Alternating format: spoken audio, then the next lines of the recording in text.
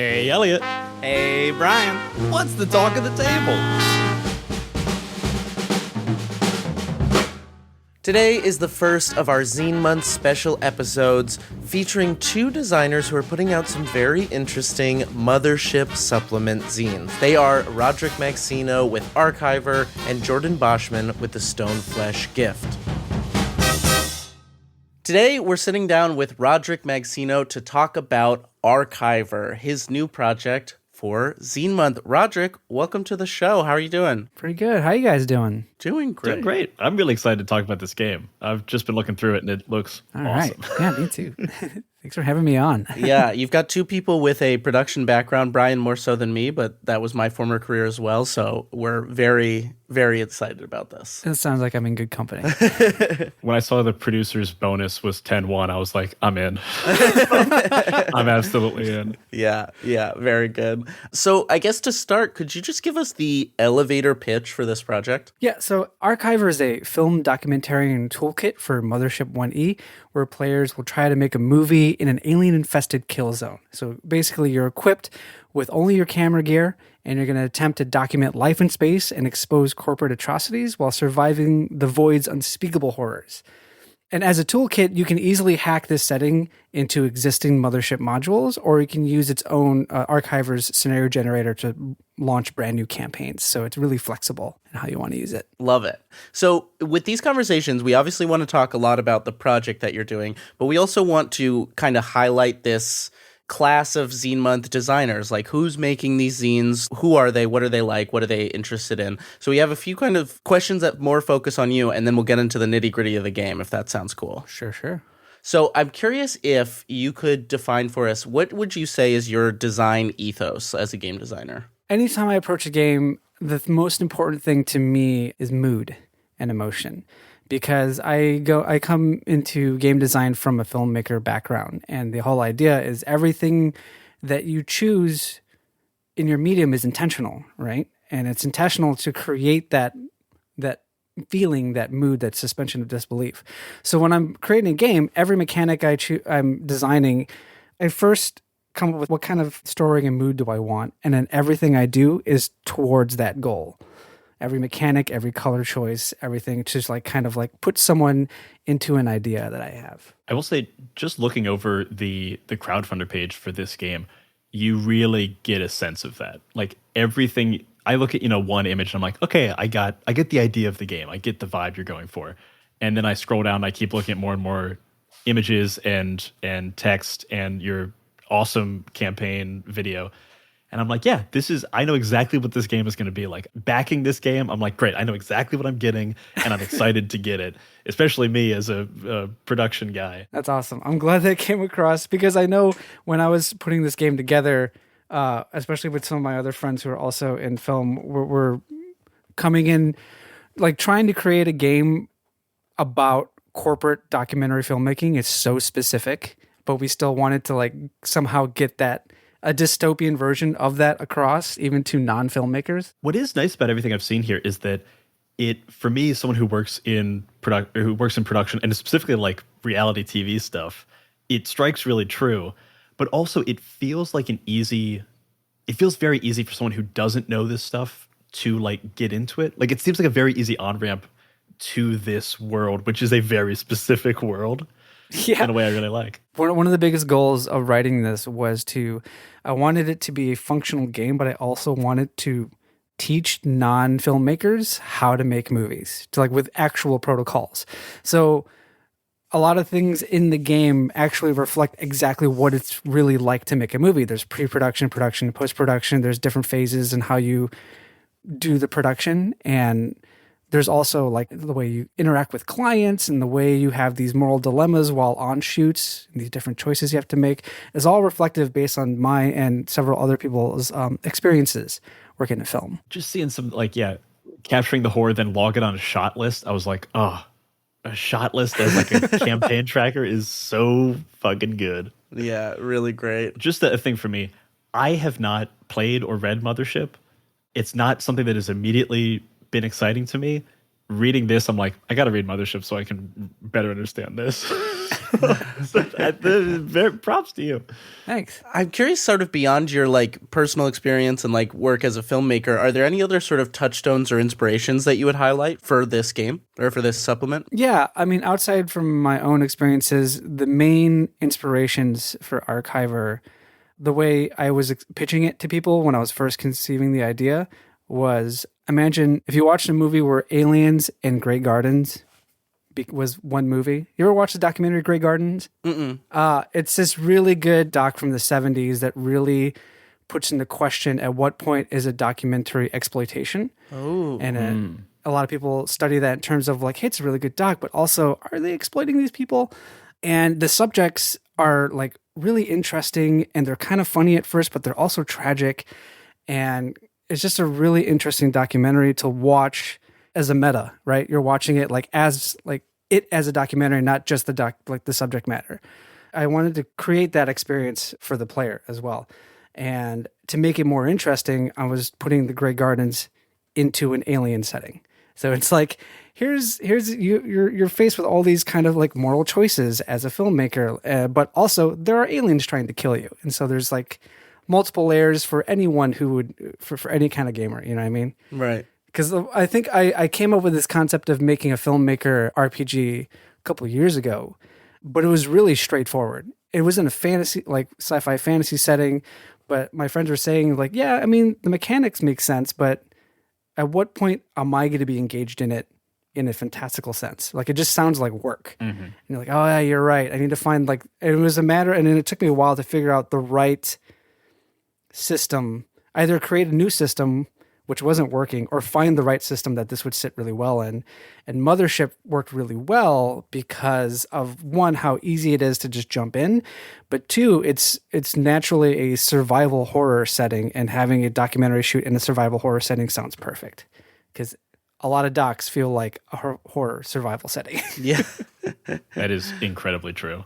It's a great lead-in, because I want to dig in on that a little bit more about why the mechanics and Mothership as a system sort of are helping you inform the themes here. Like, why was that the right choice? Could you say more about that? Sure. One thing is they use a percentage die rolling equal to or under. And so that gives me a lot of flexibility in terms of how difficult something can be without it feeling too mechanical or objective. The other thing that really drew me to Mothership was their character skill tree. So essentially, you pick a class, and then everyone has the same skill tree, except when you pick a class, you start the game with specific skills already at hand, right? But you have the same skill tree. So you can kind of cross your skills to other things as you see fit as you go along. And that is so much like filmmaking, right? Especially run and gun guerrilla filmmaking, where, yeah, I'm the camera operator, but I also got to run sound sometimes, but I also got to do this. You're just not as good at it.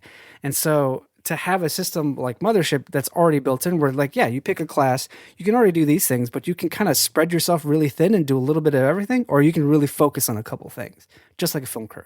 That's so true. Oh, and one more thing is, in Mothership, what I really enjoy, there's a lot of games where the game system is basically like a puzzle that you're trying to strategize and survive in, right? So there's all these things you can do with your character to prevent something bad from happening if you're trying to strategize and plan correctly. In Mothership, because it's a horror setting, they don't have anything like perception or something where you can kind of plan ahead. You just have to deal with what comes at you.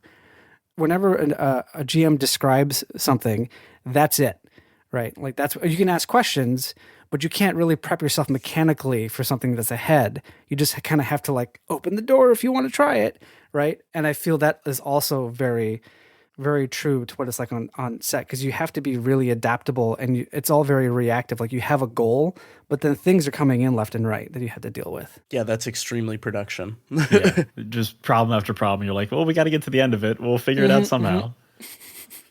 It does really track really well to a TTRPG, and like an active and good campaign of something is just like problem.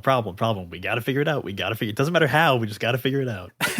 Man, for years working in production, like, I remember just every time I would go on set, it feeling like like an adventure crew, right? Like you go, everyone has their basically the class, right? That you're good at. You do this thing, you do this one thing, but you're all needed to get your objective done, and you're solving problems together. And that when I first started, I was making film before I started really even playing D&D. So when I started playing role-playing games, I'm like, oh my God, this is great, because I already understood the dynamic. And it's interesting because when, like, with Mothership, obviously there's a lot of touchstones for Mothership, but one of them is like Alien, and you said, like, you referenced Aliens, and the characters in Alien are like, you know, the working class folks that are like facing corporate horror or corporate exploitation on a ship. And like film sets, you know, people who might not know film production super well, like it's not the most glamorous process in the world. It is a lot of like working class people who have locked into a trade and are like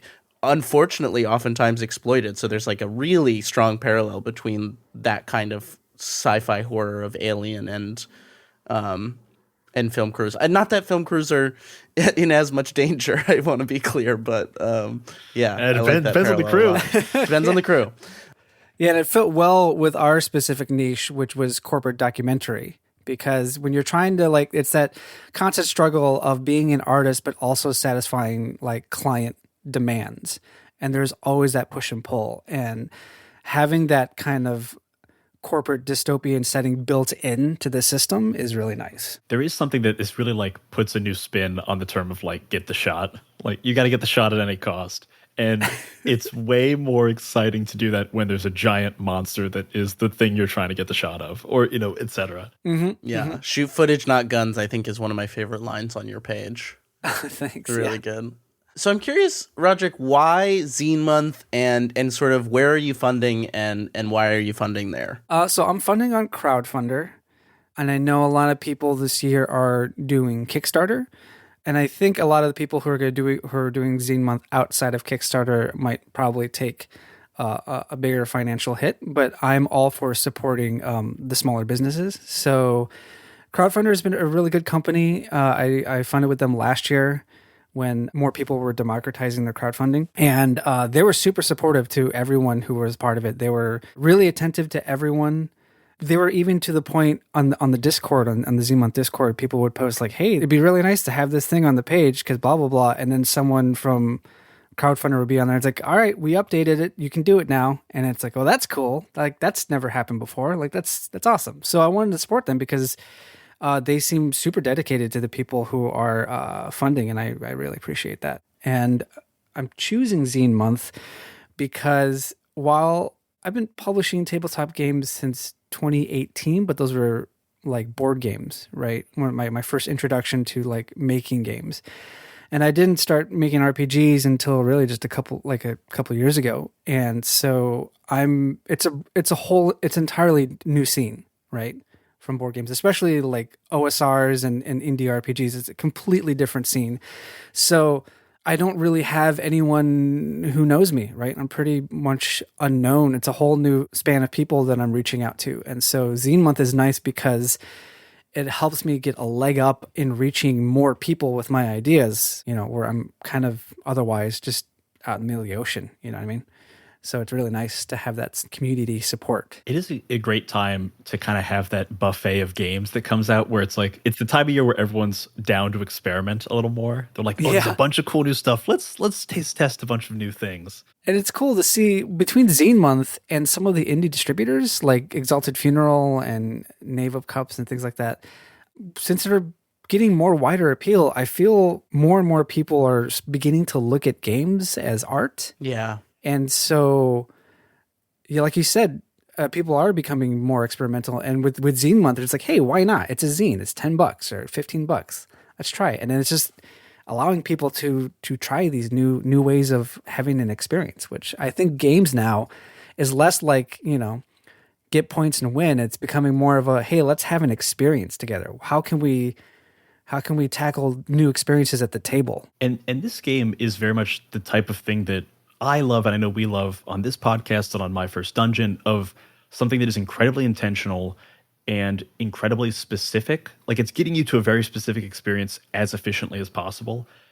And like you've been saying, like this really hits to the core of like what it feels like to be on documentary film crew, really in the war zone together, just, slapped onto a sci-fi setting, and to really like emphasize some of those highs and lows. Yeah, I love the community that comes together every Zine month. I love, like, whether you're a brand new designer or have been around for a couple years, and like it's really difficult to find a following, in this space and any sort of online space. And so it's nice that there is this month where we can sort of come together and like support each other in this way. That's sort of, that's why we're doing these episodes. So it's, love Zine. Everyone's so generous too in the community. Like everyone's just offering help and like discounts and free art and advice, and yeah, it's fantastic. Totally. Are there any sort of mentors that you've been able to turn to in the process you would shout out, or maybe like a piece of advice you've gotten going into Zine Month that you would want to share?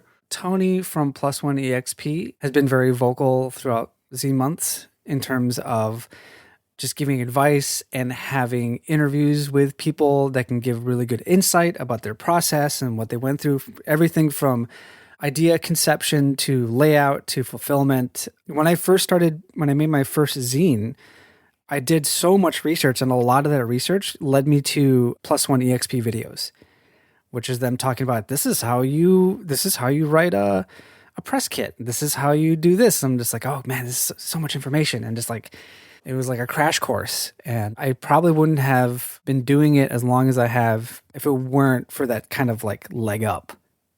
I shout out Tony's press kit video pretty much every year now around Zine Month. It is like one of the most valuable things I've ever watched, and like it fully informs how I write press kits now. And it's that video alone changed so much for me. Yeah. Oh my god, that press kit video! I have people like getting back to me complimenting my press kit. They're like, "Yeah, this is really well laid out." Like, I'm like, "Yeah, thanks. That's Tony." Yeah, shout out Tony. I'm curious, from developing this game and getting ready for the crowdfunder that'll be when does the crowdfunder start for this? This is starts on February 1st. So preparing this game and getting ready for this crowdfunder, is there any specific lesson you've learned specifically from this game? Difficulty you overcame, or like a surprise that you didn't think you'd have to deal with? This is the first time where I'm launching a crowdfunder for a game that I haven't completed writing it yet. And so learning how to get to a point for crowdfunder, which feels like I'm trying to make a B+ version of an A+ game. You know what I mean? Like, it's not done. Like, this is what I have. This is the best I have. But still make it presentable, make it look like, no, it's for real. I'm not going to flake. This is a real thing. This is going to like to give that impression with like with an incomplete document was difficult, because my mentality is always like, I got to get it perfect before I get it out. And to like find that middle area was really hard because I could just obsess over these details, and I have to remind myself, like, no, this isn't as important. I just need to get something out. I'm curious, just based on so you've written a lot, you've got a lot of this stuff done.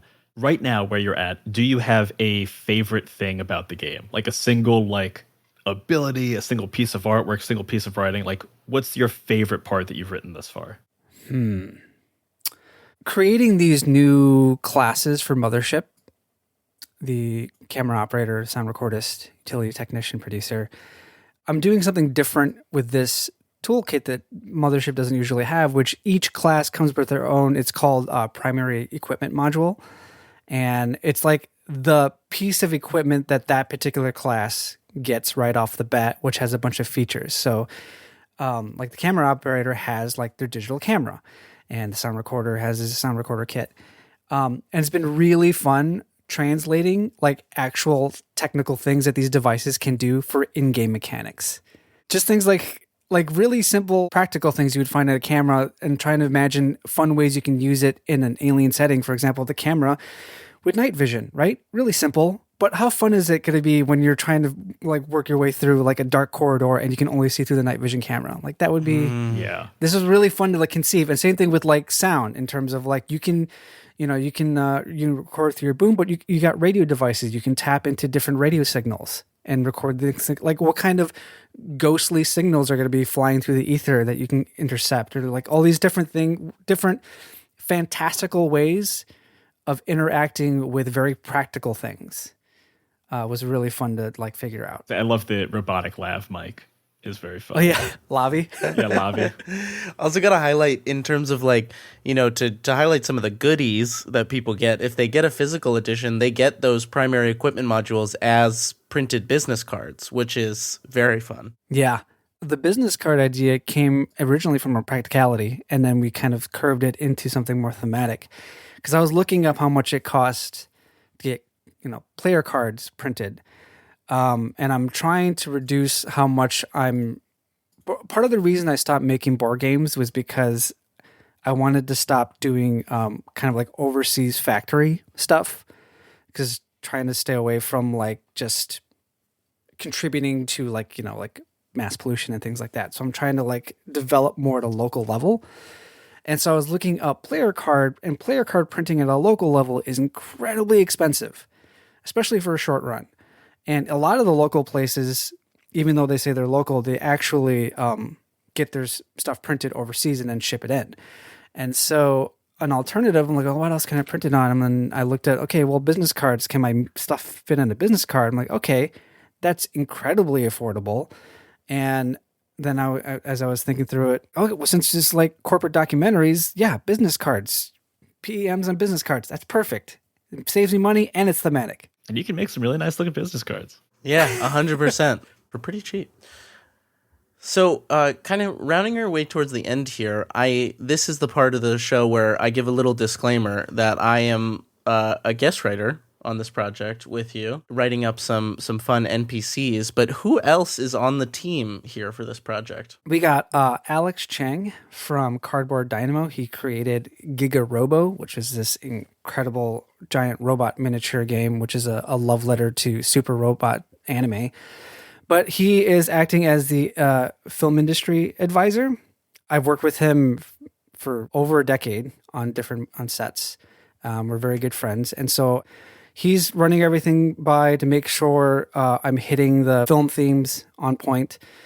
He's also the component graphic designer. He's the one who did like the Solaricom logo and things like that. I also got Samantha Lee as the editor. And of course, you're the guest writer. I also have Adam Good, also known as Adam Station, who just successfully funded an infinity of ships. Oh, Kickstarter. Amazing. He's going to be doing a section. So in the game, there's a whole section of discoverable media. And players can find legacy media like celluloid and old tapes and things like that. And there's going to be charts where, like, if you watch it, you'll find like little excerpts of humanity on these old pieces of media that you can just weave into your characters and your lore and things like that. I love that stuff in video games, so that's great. So he'll be writing a lot of that stuff. And then I have a bunch of artists from all over the place helping me out with this. Wolford Deer Colony, who did the cover emblem with the skull and the camera lens. So good. Yeah, we love it. Dirk Ober was my neighbor when I was in Baltimore, and he was the lead guitar player for a black metal band called Cemetery Piss. But he also does really amazing graffiti, and so he did the title art, which I'm still incorporating into the cover right now. Logan Espartero, he's a Filipino artist who did he did all the characters, and then I just have, if you end up doing the social media aspect of the game, because I have a social media like randomizer that you can use for ARKYVR. And so we're building a media library on TikTok and ARKYVR so people can just search hashtag ARKYVR loot and have a growing library of experimental media that they can use in their game. No and way. I have a bunch of filmmakers that are collaborating with me. It slaps. That's cool as hell. I have, Olivia Lilly from Pop Magic Productions, some film directors like William L. Cox and Derek Munger, Stephen Mallorca. So instead of rolling a D10, essentially what it is that we've defined video and audio into 10 different objective categorical things like screen action, color, timbre, volume, all these different things. And essentially you have to do this randomization called signal corruption. Instead of rolling a D10, the GM can look up one of these random videos and show them this experimental video, and then like a Rorschach test, the player would say the first thing that grabs their attention, right? If it's like the people talking or the emotion of it or the color was really interesting or it's really loud, that associates to one of the in-game effects. It's awesome. Randomly.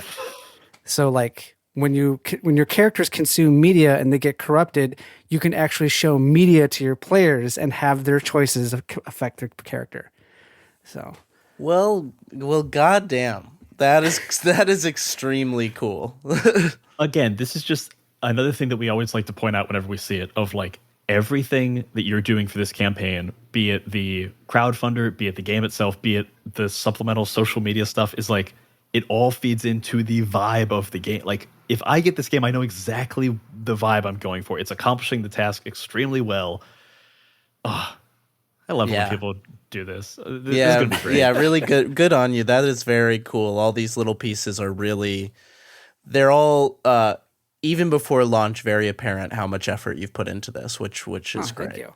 And just a shout out to the people listening, for you guys, or for any other aspiring filmmakers who want to contribute. All of these videos on our account, they're also attached to, like I said, hashtag ARKYVR so anyone around the world who wants to contribute to the library and make their own thing, just attach the hashtag. So anyone can make their own videos, and as a player, all you have to do is search the hashtag and you just have this giant library of stuff. It's great. Cool as hell. So, Rhodrick, we always like to end the podcast with a question of what are you bringing to the table? And this is a recommendation that we would ask that you give to our listeners. And for the Zine Month episodes, we would love it if you would shout out another Zine Month project that you're excited about. Yeah. Also funding on Crowdfunder, the creator Meldar16 is releasing a game called I Got a Knife, which is basically a party investigation, like murder mystery. And their games are always hilarious, always well done. And I think all of their production is in-house, which makes it even cooler. Wow. So it's very like true to the like homemade zine, but they've got a really nice printer, so it's a lot higher quality, but everything's made by them. So they have the freedom to create all these extra things for their games that are just really like DIY handmade, which I love. That's cool. So yeah, I Got a Knife on Meldar16. Check it out, Crowdfunder. We'll link that down in the show notes below, as well as the links to everything for ARKYVR. And then lastly, Rhodrick, just one more time for folks, where can they find you and where can people find ARKYVR? You can find all of my stuff at ailwoodgames.com. You can find ARKYVR on Crowdfunder, and then you can just do crowdfunder.com/ARKYVRLoot, LOOT, and that'll take you straight to the page. Yeah, you can also find me on Itch. And because I work in media, really, you can just Google my name and you'll find me on like YouTube and everywhere. I'm just littered all over the place. Well, thank you so much, Rhodrick, for coming to the table today. We wish you the best of luck with funding. When does the campaign end, just so people know when they got to get in? So it's a 3-week campaign. Launches on the 1st and ends on the 22nd. So run, don't walk to fund ARKYVR. Bye-bye, everybody. Bye. Thank you. Take care.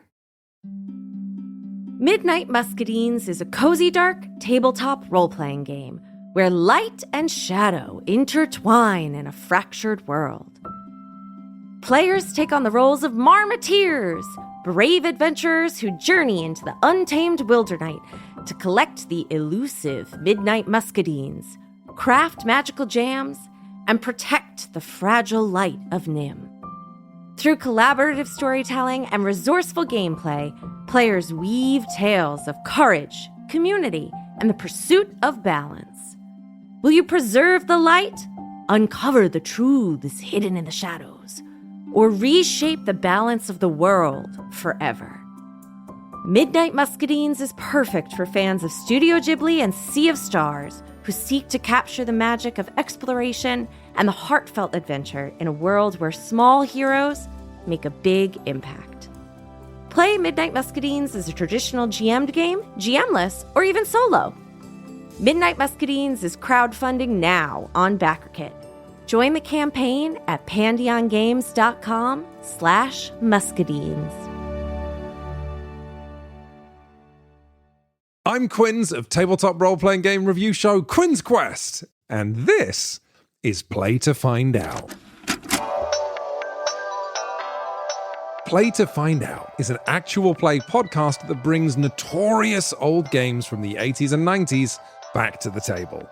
Each season of Play to Find Out, I'm joined by Emily Johnson and Rob Morgan. Good? Nervous? Yeah. You both looked at each other really concerned, like you think what's about to happen is going to be unpleasant. And frankly, I think that's rude. And together, we explore the TTRPGs of ages gone by. Our goal, to separate the TTRPGs that deserve to be remembered from those that maybe don't. I don't know, Emily. It was the 80s. A lot of people were on cocaine. We blow the dust from decrepit systems to learn how they work. Your 100 on the encounter table bursts out. Right, you've encountered a fog. Get ready. Don't laugh. There's one get ready for a fog. Don't laugh. Encounter their unique quirks. I do finger guns to cover up how I wince. A weird thing happens as you do finger guns. Oh no. And I'm hoping that the Quinn's Quest community will join us in exploring these games too. If you this up, cannot describe to you how much your adventure ends here. Yeah, that's fair. Because the best way to learn is to play to find out. Play to Find Out is available now on the Quinn's Quest Patreon, but the first episode of each series streams for free on the Quinn's Quest YouTube channel and wherever you get your podcasts. Anyway, you failed the Earth Tech roll, and you made jokes while I was doing my exposition, so you don't get to hear anymore. Oh, no. Come on. I was shook as...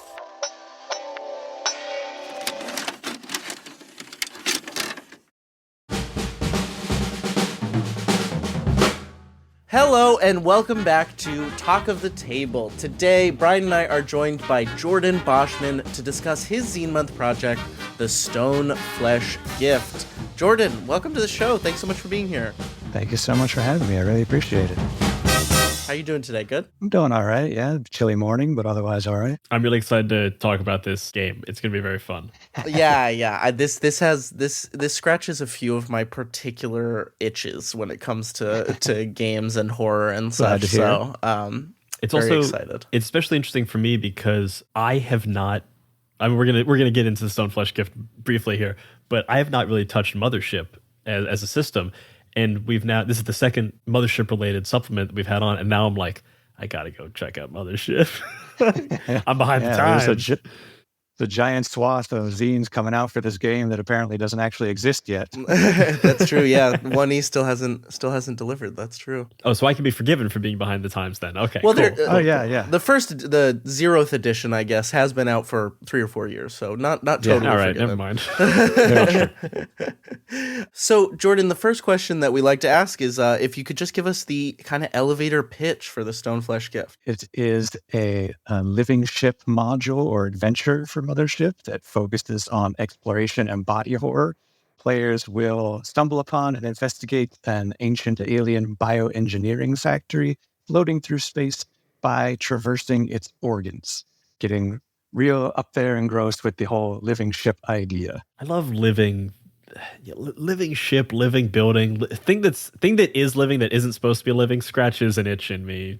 Yeah, and I've always been upset with how living ships tend to get portrayed in like really popular science fiction. It's often just like a sassy voice that gives exposition dumps or makes fun of lead characters, and I like the idea instead of something that should strike some awe and fear in you, something that demands respect and understanding and care. And if you don't give it that, it will chew you up and spit you out. Yeah, totally. Yeah, you are living inside the body of this thing. It's like, you better treat it with respect.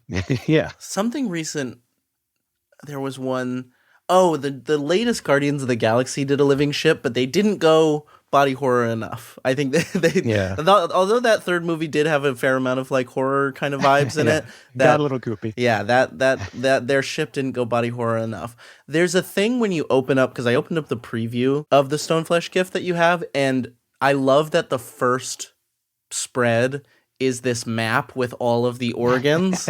It just instantly sells me on this. I'm like, oh, I know exactly what I'm going to be doing. I'm going to be, this is a ship and it's got organs and I'm going to be moving through them. And I just love the, like, is this public domain, like kit bashing that you've done? Yes, exactly. Mostly old engravings of anatomical stuff and little sea creatures and whatnot. And I just kind of recolored them all, cleaned them up, combined some stuff, twisted some stuff. So that's mostly all the art I can do is his photo bashing type stuff, but I think it turned out pretty good. And yeah, I like to have the zine be super usable, and people always harp on having a map at the front and the back. So I thought, sure, I'll just throw that map right out there on the inside cover and see how it hits people. There is something I love about like kit bashing illustrations and art like that, because it really does encapsulate the soul of like Zine Month and indie publishing. It's like, we're going to take all the best free stuff out there, and like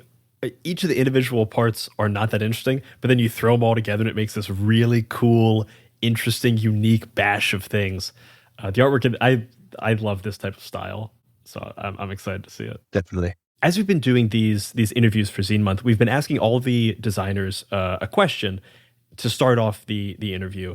And it might throw you for a little bit of a loop, but answer it however you like, because we think it is a good way to start a conversation and kind of gives context for everything that comes afterwards. And that is, what is your ethos as a game designer? Like, what is your biggest driving philosophy? My biggest driving philosophy when it comes to game design, I think, is that games are art like all creative mediums. And as such, with that great power comes great responsibility type of thing. Art has power. Creating art in and of itself is a powerful thing.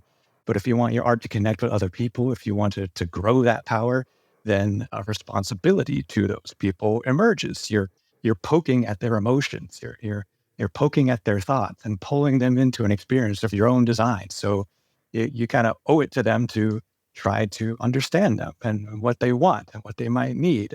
As much as art for art's sake is a great thing, and as much as you should make what you are really passionate about or what you want to see put forth into the world, art is also an act of empathy, and empathy is not a one-way street. So you need to try to research the community that you're going to be creating in, what they say they like, what they say they don't like. You try to understand whether that's actually true or not. Maybe people aren't always the best about what they think they want, but still listen and be attentive and try to take part of that community. It really strikes on a thing that we always talk about on this show and on our other show, My First Dungeon, of just being so intentional with your design. Yes, yeah. Really paying attention, as you say, really listening, being empathetic to the community that you're creating for, and also taking every piece of design, every decision you make can feed into the whole.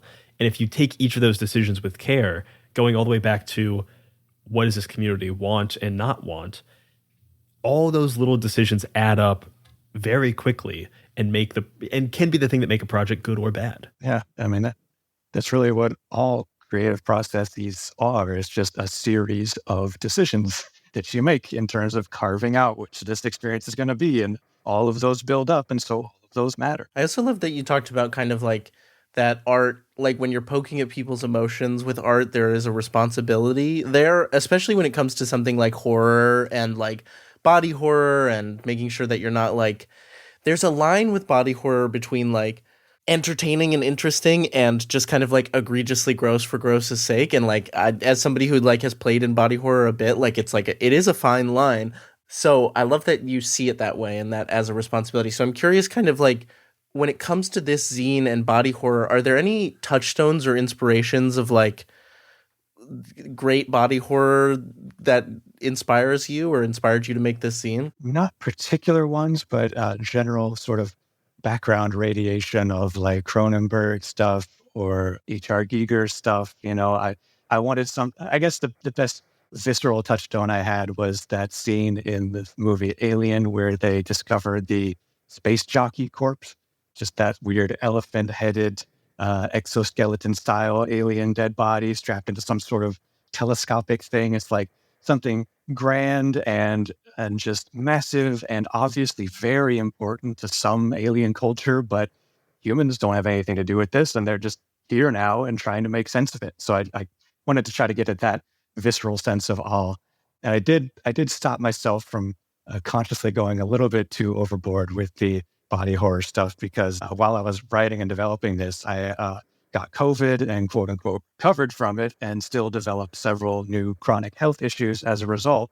So I was in and out of the hospital a couple of times and getting a bunch of tests done. And I seriously considered for a while seeing if I could acquire the rights to the footage from my endoscopy from the hospital. Oh, wow.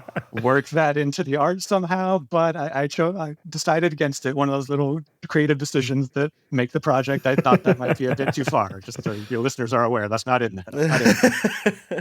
But you got to go down the path. You got to think about it. You got to see it through and then decide. Maybe not for this Consider project. the possibilities and set aside what will not work. Well, I'm so sorry that happened, but admire the restraint to not put the endoscopy pictures. Appreciate it. I do have to admit that there's a huge gaping hole in my film knowledge that is the movie Alien that I've still not seen.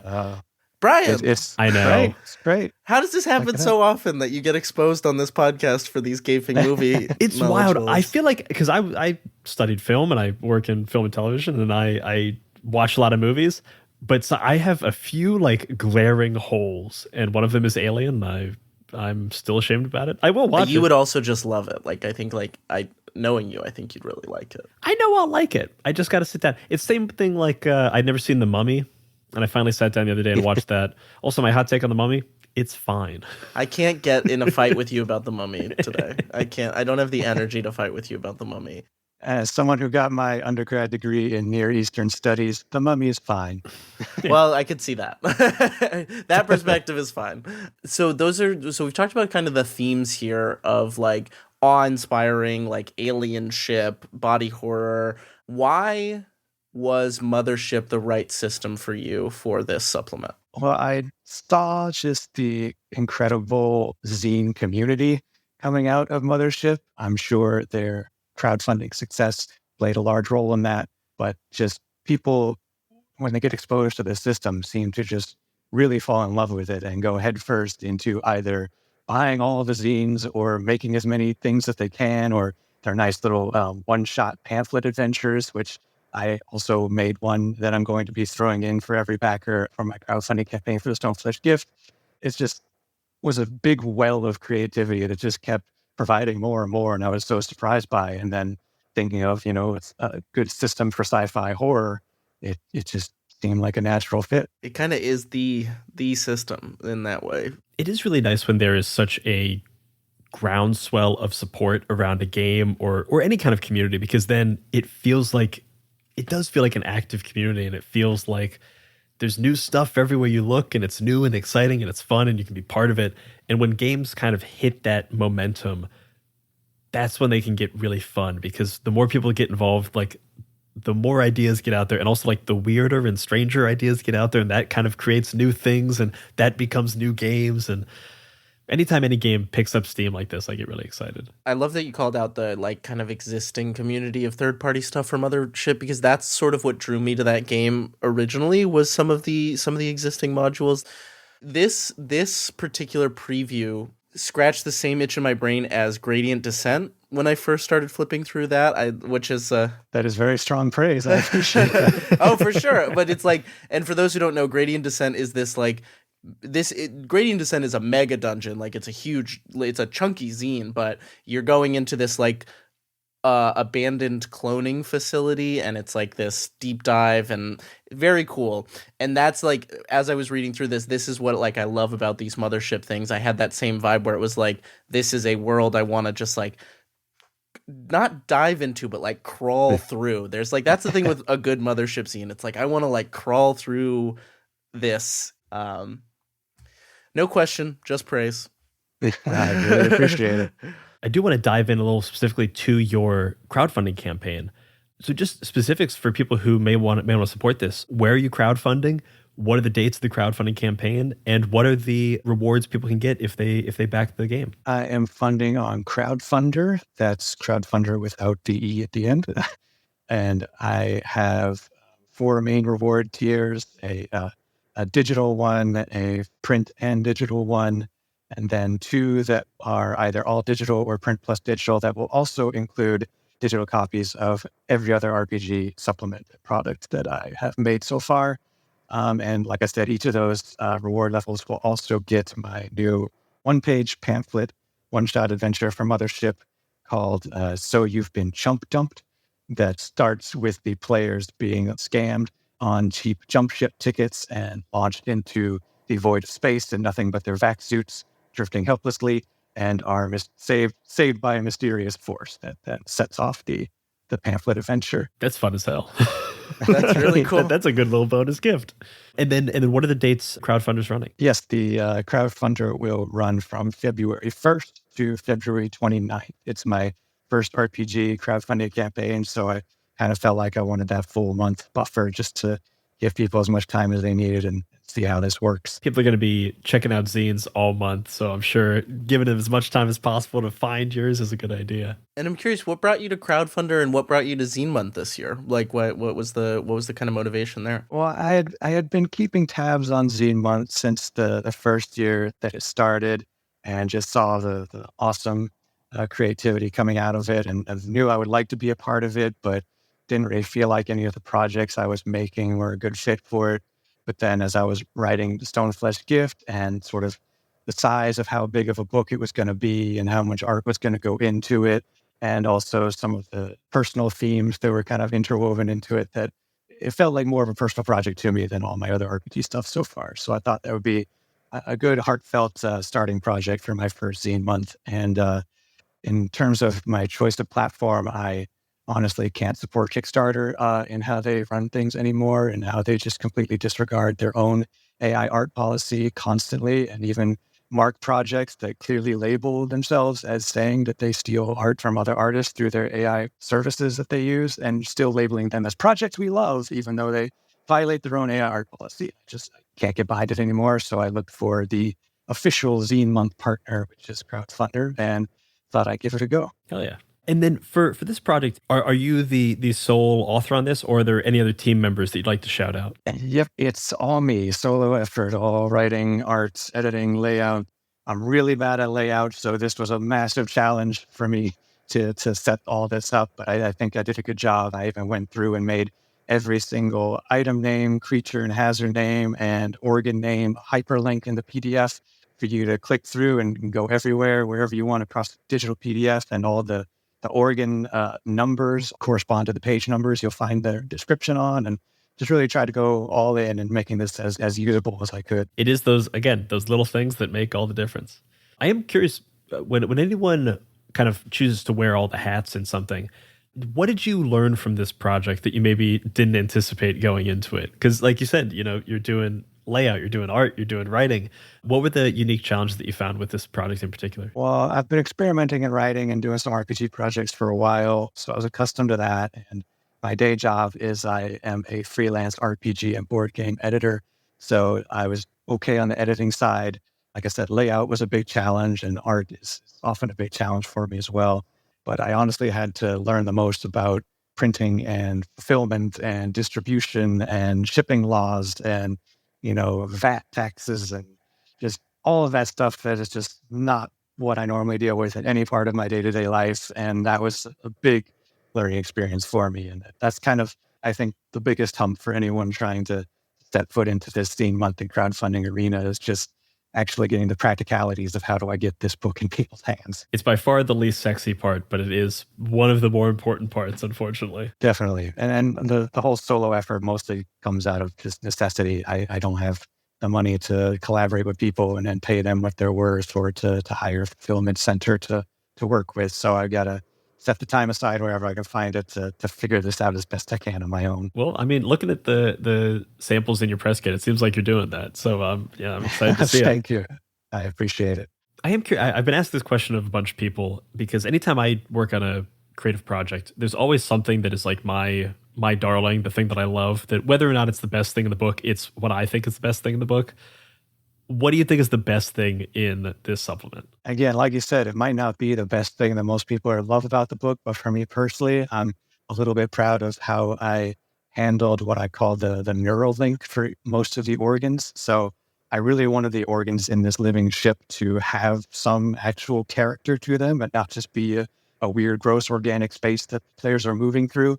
So I gave most of them a biotech cable called a neural link that really makes itself known by wanting to connect to any passing spinal column of a player or creature nearby. It gets these little tendrils coming out and trying to connect to it.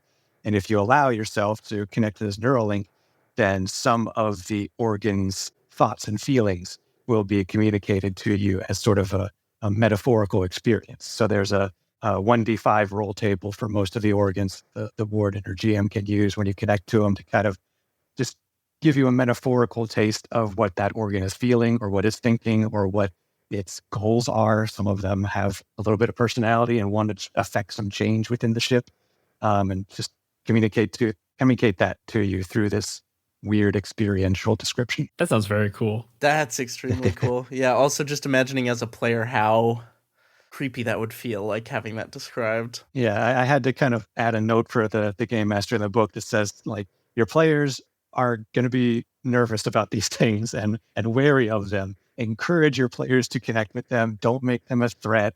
Don't make them a bad thing to connect with, because I want the players to sort of communicate with the organs a little bit more directly. It is fun, and that does directly kind of go to your point of not wanting just the ship with the quirky voice. It's like this feels much more visceral, and it feels like you really get to interact with the entirety of the ship rather than just kind of like the voice or the mind of the ship. Yeah, it's an ecosystem, and one that is way more advanced than most ecosystems we've experienced and has been festering in space for millions of years. So there's some weird tendencies are going to evolve within it. Really gives me vibes of Scavenger's Reign, the HBO show. Oh, so good. You need to check that out still. Oh, it's good. Oh, if you would love it. Based on everything we've talked about today, I think you'd really love it. Good to know.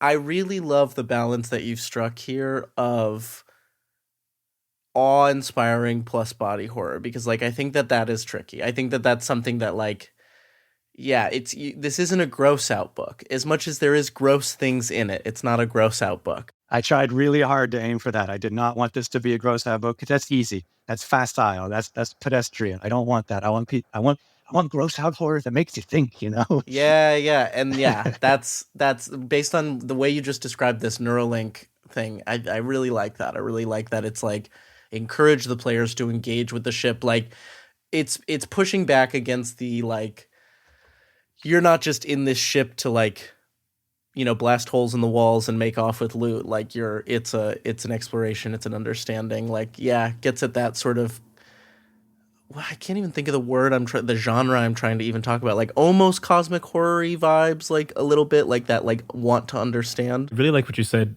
that because in a lot of like exploration, it's just like the difference between exploration and understanding, I think feels apt here. Yeah. Exploration is just going and seeing what it is. Understanding is understand. I was about to define the word with the word. Yeah, I did kind of directly aim for a sort of tension between those two planes of exploration and understanding, because this is a weird alien othering environment that a lot of players might not want to spend the most time in, but I intentionally built in systems for the players to learn how the ship works and learn how to control it and potentially take control of it as their ship for their Mothership campaign if they want. Included a full unique ship manifest at the back of the book if you want to use it as your ship. But that's going to take some effort and some attempts to understand it in order to figure out how to do that. This is reminding me of a little different, but the ship in Saga, the comic, if you've read the like tree ship in Saga, like forming that relationship with a living ship. It's symbiotic. Cool.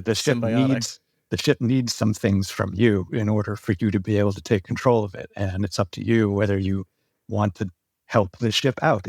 I could see this being really fun for game masters, because I'm thinking that in a lot of space type games, the ship kind of regardless of whether or not it is sentient, the ship kind of becomes another character because it's home. It's the place you love. And even when the ship is sentient, it's usually like you said, a snarky voice.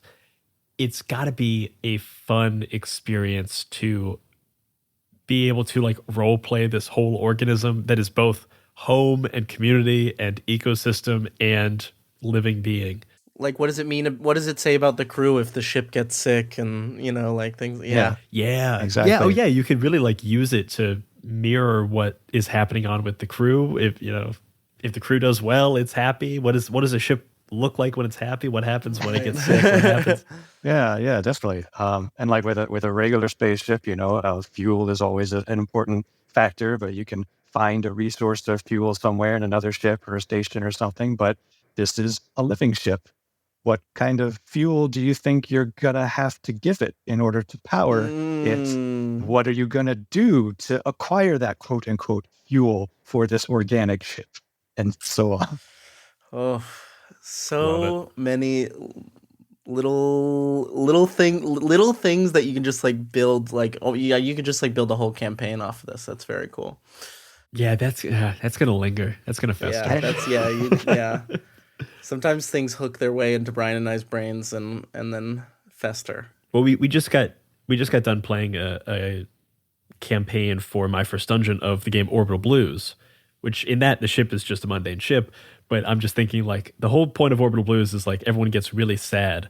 What happens if it's a living ship? What happens if the ship gets really sad? What does a ship confronting its blues look like? And there are a couple potential threats and obstacles hidden in a couple quarters of this ship that might directly influence how sad this ship might get. Waiting for the players to discover them. Do you have any kind of background in any sort of biology or medicine or anything that inform this? It just feels like there's so much like specificity that feels like it comes from someone who maybe knows this stuff. No formal training. My degrees are in, like I said, Near Eastern Studies and English language, like discourse and rhetoric and semiotics and stuff. But I've always been a bit of a science nerd ever since I was a kid. So I've studied some evolutionary biology stuff. But also, like I said, while I was writing this, I was sick and going to the hospital more than I ever have in my life and feeling the symptoms and experiences that I've never felt before. So my relationship with my body was kind of tumultuous at the exact same year that I was spending working on this project. So I think a lot of that just sort of poured out of me into this book. Honestly, it's a good outlet for it. I guess if you have to go through it, you might as well have an outlet for it. Yeah, definitely. Love that. Jordan, to wrap us up, the last question we like to ask on this show, we ask every guest, is what are you bringing to the table? And this is just our cute way of asking you for a recommendation for our audience. And this month, since it's Zine Month specifically, I'd love to hear if you have any other Zine Month projects that you are particularly excited about or that you'd want to recommend our listeners check out and support as well. For Zine Month specifically, I've definitely been interested in another Mothership zine called ARKYVR, ARKYVR, and it is sort of like a documentarian approach to Mothership zines, and apparently has systems where you play a documentary crew that can be run in other existing zines and settings, and that just seems really fascinating to take something we already know and just switch the camera around on it and give you a completely different experience. So I'm really excited to see where they take that. Listeners will have probably just heard from Rhodrick either right before this conversation or are about to hear it right after. Awesome. I'll have to tune in and hear what he's got to say on that episode. Yeah, we're excited about that one too. Outside of that, I would just recommend that RPG designers play more board games. Ooh. It is a wide breadth of mechanical and thematic experiences that just cannot be had in role-playing games, even as experimental and broad as the RPG design space is. Some things you're just not going to think of until you have engaged with it. And using components on an actual surface with actual people can just really change how you approach game state and all sorts of mechanical problems to solve. And I also like to shout out the zine or the game Bullet, spelled BXLLET, by Rathiobacter toxicus. It's a super streamlined, lightweight, post-apocalyptic Weird West game. Sounds super original, I know, but the bullets are very important hard-won resources in that game, both because how many you have powers your class or playbook's abilities, and if you load a gun with a bullet and aim it at a character and pull the trigger, you kill them. And honestly, I have not seen a game just so directly and full-throatedly proclaim that firing a bullet destroys lives. And the whole dread of violence is always hanging over your decisions, as it should in any postmodern Western. And so the decision to go for your gun is incredibly weighty and a tough choice because it changes the situation. It's sort of like Vincent Baker's Dogs in the Vineyard in that way. It's like, are you willing to escalate things? Because doing so is going to escalate things. It's a really great book. Those are great recommendations. I'm definitely going to check that out. That's really cool. We'll link all of those recommendations in the show notes, as well as a link to support the Stoneflesh gift on Crowdfunder. Jordan, thank you so much for joining us at the table. Do you want to let people know one last time where they can find you online and when they can back the Stoneflesh gift? The Stoneflesh gift will arrive on Crowdfunder February 1st. And I foolishly chose a publishing imprint name that is annoying to communicate. It's Atypical Foe. So instead of that, I've set up a redirect. So you can just go to jordanboschman.com. That's BOSCHMAN. And you'll get links to the Zine Month campaign, to my It store, to my mailing list where I give away free board games and art-free PDFs of every single one of my RPG products when I release them. And if you need editing for your RPG or board game project, you can find testimonials and some of the games I've worked on and a forum for requesting quotes. Jordan, thank you again so much for coming on. Best of luck with your crowdfunding campaign. And that's what the table is talking about. Bye-bye, everybody. Bye-bye. Bye. Thank you once again to Jordan and Rhodrick for joining us today at the table. This was the first of our Zine Month special episodes. There will be 3 more episodes and 6 more incredible zine designers throughout this month. So be sure to stay tuned every week of this Zine Month. And if you want more gaming content from us, check out the 20-sided newsletter and the Many-Sided Media Discord. Those are both linked below. And that's what the table is talking about. Bye-bye, everybody.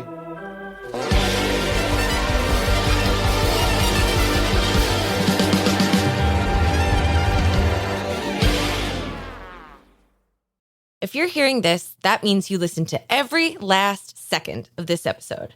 And if you simply cannot wait until the next episode drops, you should head over to patreon.com/myfirstdungeonpod and become a member of the Dice Pool. Splash!